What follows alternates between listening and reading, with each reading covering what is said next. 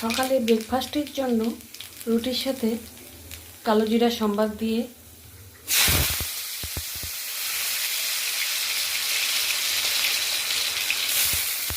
আলু আর কুমড়ো ভাজা। খারাপ লাগে না কিন্তু, করে একবার খেয়ে দেখি, ভালোই লাগে। একটা শুকনো লঙ্কা দিয়ে দিলাম, এটা আমি আগে দিতে ভুলে গেছি।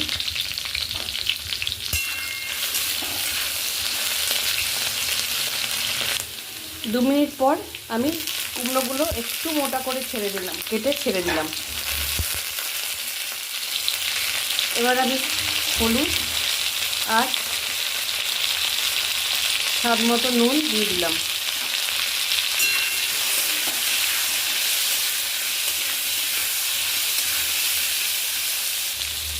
গ্যাসের আঁচটা একটু কমিয়ে দিয়ে আমি 5 মিনিটের জন্য ঢাকা দিয়ে দিলাম।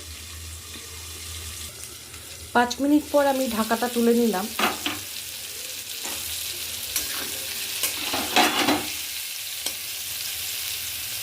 আলুগুলো মোটামুটি সেদ্ধ হয়ে গেছে ভালোভাবে।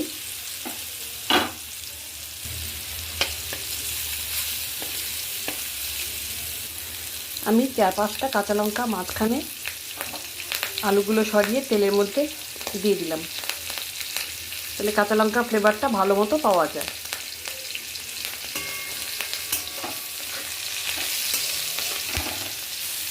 দেখুন, আমার আলু কুমড়ো ভাজাটা কিন্তু একদম পারফেক্ট, কোনো আলু কুমড়ো ভেঙেও যায়নি, সুন্দরভাবে ভাজা হয়ে গেছে।